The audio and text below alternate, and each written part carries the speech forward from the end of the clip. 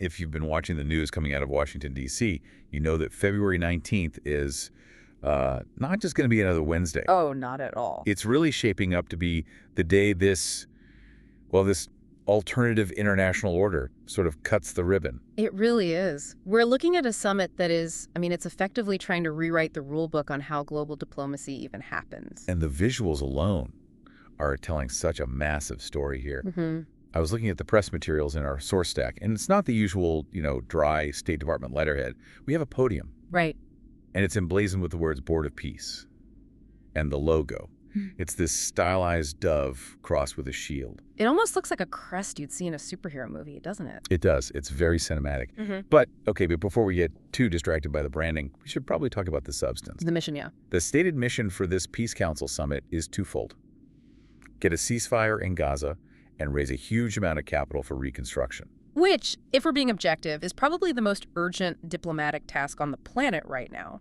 The UN has been trying to move the needle on this for months with, mixed results at best. And that is exactly the wedge this new council is driving in. This isn't just a fundraiser. The sources are very, very clear that this body is positioning itself as a direct competitor. An alternative. An alternative to the United Nations. That really is the core friction. Think of the UN like a homeowners association.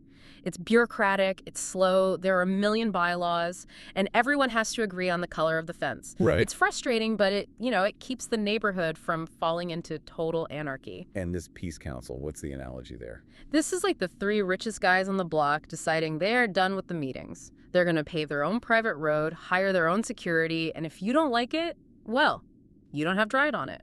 But that private road approach has massive implications. And to understand just how aggressive this move is, we have to talk about the venue. Oh, yeah. The location. They aren't just renting a hotel ballroom.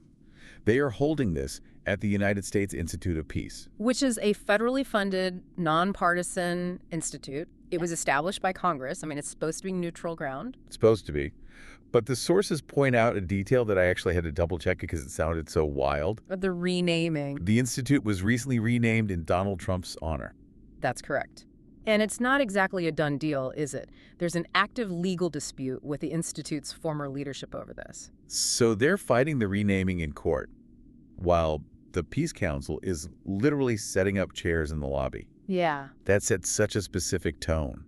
You're hosting a summit about global harmony in a building that is the subject of a hostile takeover battle. Well, it sends a message that institutions aren't sacred. They're just real estate to be claimed. It's about asserting authority. It says, we don't just inhabit these spaces, we own them. And that whole philosophy, that might makes right approach, it's baked into the origins of this group. Right, so let's trace this back. This didn't just appear out of the ether. The charter for this group was signed back in January. And where does everyone go to sign a charter when they want to look important? Davos, of course. The World Economic Forum. But looking at the signature page, this was not the usual global coalition. You didn't have the French president or the German chancellor holding the pen, who was standing right next to Trump. These sources specifically highlight Hungarian Prime Minister Viktor Orban. Okay, let's stick a pin in him because we are going to spend some real time on why he is there. Yeah. But his presence actually highlights who isn't there. Yes. If you are launching a massive reconstruction fund for Gaza, usually the first phone call is to the European Union. They're the check writers. Typically, yeah. But for this summit, the guest list is incredibly sparse on the Western Front. Oh, sparse. Aside from Hungary, obviously the only EU member state that accepted the invitation is Bulgaria. Just Bulgaria. So France, Germany, Italy, the UK, they all just ghosted. Complete radio silence. And it's not just because they're busy. It seems like a coordinated boycott. They see this Peace Council as a mechanism designed to delegitimize the UN. So if they show up, they validate the competition. Exactly. It's like refusing to eat at a rival restaurant because you own stock in the one across the street. But there's something else in the sources, a specific reason cited that seems, honestly, it seems bizarre. Disputes over Greenland. Yes. The Greenland question, I feel like I missed a chapter here. Why is an icy island in the North Atlantic stopping European powers from attending a Middle East peace summit? It sounds totally random, but it's actually the perfect symbol for this new diplomatic style. Yeah, explain. Remember a few years back when the idea of the U.S. purchasing Greenland was floated? Vaguely, yeah. It was treated mostly as a joke at the time, I think. Well, in this circle, it wasn't a joke. It was a business proposition. And the fact that disputes over Greenland is cited suggests that this transactional view of territory hasn't gone away. So the friction is that for these organizers, everything is on the table. Everything. If you aren't willing to discuss territorial deals, even ones that sound absurd like selling an island, then maybe you aren't considered a serious partner.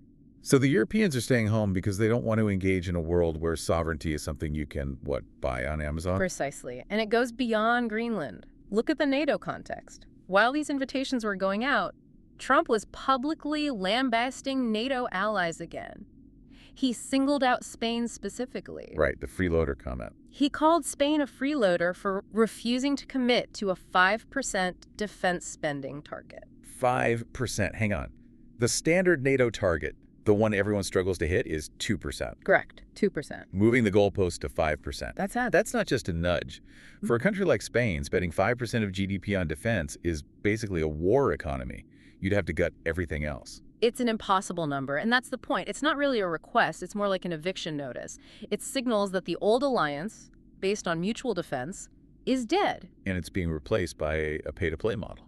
Exactly. If you can't pay the 5% dues, or you won't sell Greenland, you don't get a seat at the Board of Peace. So you have this club of traditional allies who are locked out or they're just opting out.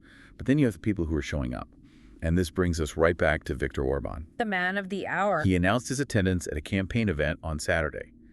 And that context is huge, right? He didn't put out a diplomatic press release. He shouted it from a rally stage. Because for Orban, this trip to Washington is not about foreign policy. It's a lifeline. He has parliamentary elections coming up on April 12th. And usually, Orban just walks to victory. Right. He's been in power for over a decade.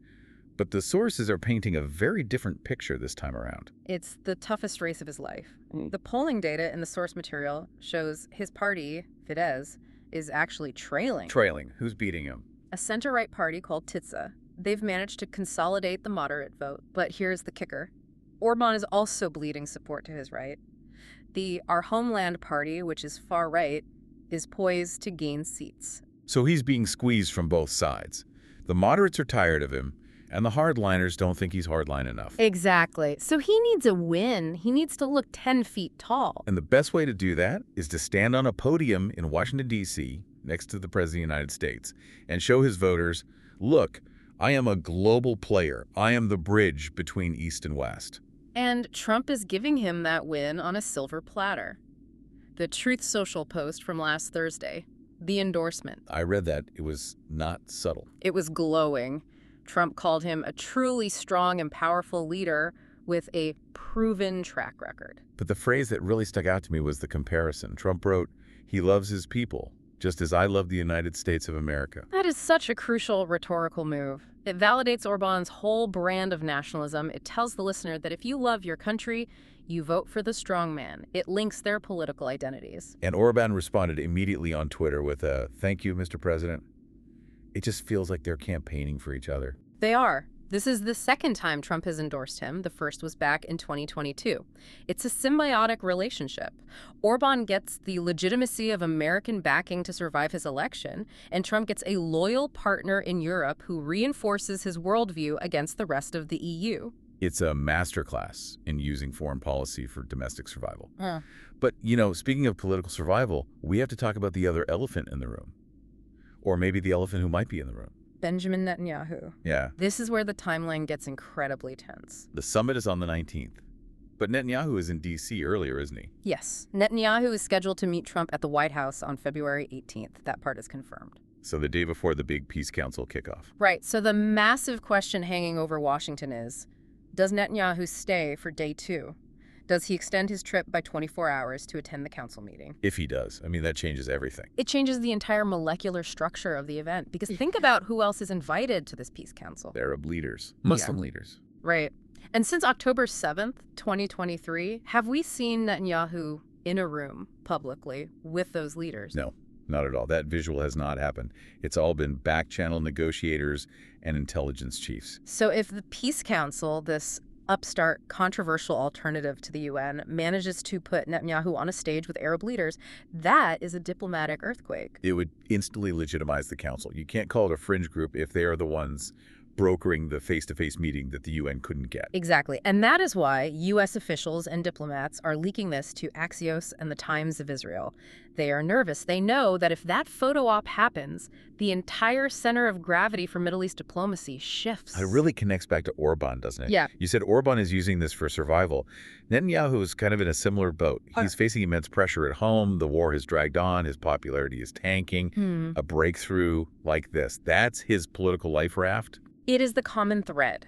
You have these leaders who are facing domestic crises, Orban with the election, Netanyahu with the war, and protests bypassing traditional institutions to find a quick, high-impact win through personal alliances. It's like the great man theory of history is coming back to life. Forget treaties, forget international law, just get the guys in the room and cut a deal. And that is the seductive part of it. If it works, and that is a big if, but if they raise the billions for Gaza and if they get a ceasefire, the argument will be, who cares about the process? Look at the results. But the flip side is, what do we lose in that process? If the price of admission to global diplomacy is selling Greenland or spending 5% of your economy on weapons, who gets left behind? We lose the consensus. We lose the idea that small nations have a voice. We move into a world of spheres of influence where you are either on the board of peace or you are, out in the cold. It's a fragmentation. The UN becomes the place where people talk, and this council becomes the place where people deal. That is the risk. And looking at the enthusiasm from Orban and the potential attendance of Netanyahu, it seems like there are plenty of leaders who are willing to take that bet. So we have a renamed building, a divided Europe, a Hungarian election on a knife edge, and a potentially historic handshake, all converging on February 19th. It is going to be the most watched 48 hours in diplomacy in a long, long time. So here is the thought I want to leave you with as we wrap up this deep dive. We're seeing this Peace Council emerge because the old systems are struggling, they're slow, they're deadlocked. But if this new model takes over, this ad hoc, leader-driven alliance system, are we actually building peace? Or are we just building a VIP lounge for the powerful while the rest of the world waits outside? If the council succeeds, it might not matter what we call it. It just becomes the new reality. Something to think about as you watch the headlines next week. Thanks for diving in with us. Always a pleasure. We'll see you next time.